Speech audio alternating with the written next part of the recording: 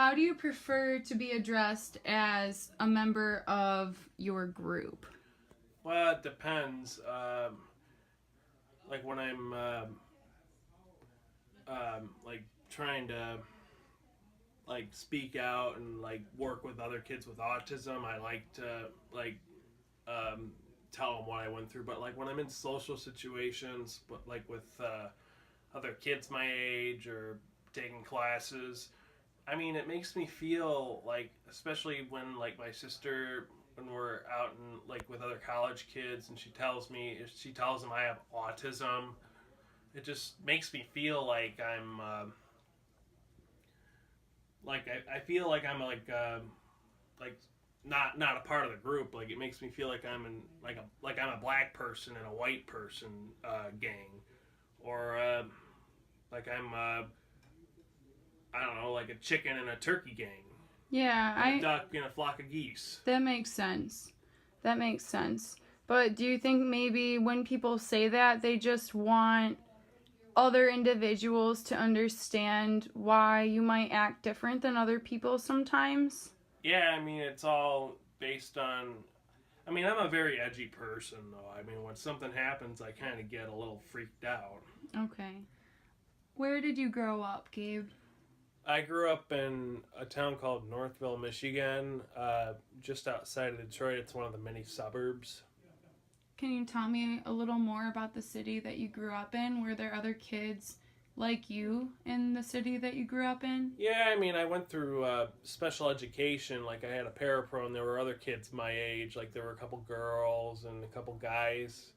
So, how did it make you feel growing up as a member of that cultural group? Meaning, how did it make you feel growing up knowing that you had autism or Asperger's syndrome when a lot of the other kids in school didn't? Well, I tried not to think of it, you know.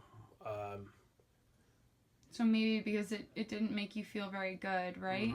Right. And did you feel like you wanted to be more like everyone else? A little bit. There were times, like when we were riding on the bus home, that I kind of fell victim. Sometimes the kids would be friendly, other times they would be very picky and would pick on me, you know. Okay. And there were even times when, towards the end of the school day, I would get really nervous and scared for the ride home. Like, what would it be like without having my parapro on me, or someone to watch after me? Right. Do you feel like people with autism and people with disabilities similar to yours are even depicted or portrayed in the media? Do you ever see people like that Not really. No, they're really not, No, right? because we need to raise like awareness. I think if we can get people to be aware of like what what these people are feeling like, and get them the help they need, then that makes me happy. Can you think of any movies or TV shows or any kind of entertainment media where even a song or a video game where a person had a disability similar to yours? Not off the top of my head. Uh, yeah, I mean, not really. Don't you think that maybe there should be more depiction of people with disabilities like yours in the media? Yeah, probably. More coverage, because I feel like you said it's important to raise awareness, and if there aren't a lot of movies or shows or songs about your disability, then there's not much awareness about it, right? Well, let me tell you something. When I was in elementary, middle school, and I had my meltdowns, I mean, I can't stand like to think about what I looked like from like when other people were looking at me, or when I was having my meltdown. I've never seen anything like that on TV before. So So people probably don't realize that that even exists for a person. right. And that was really hard for you to go through that, wasn't it? And thinking back on it, it was kind of embarrassing too, to have to go through that as a child. And, what's your favorite show, Gabe?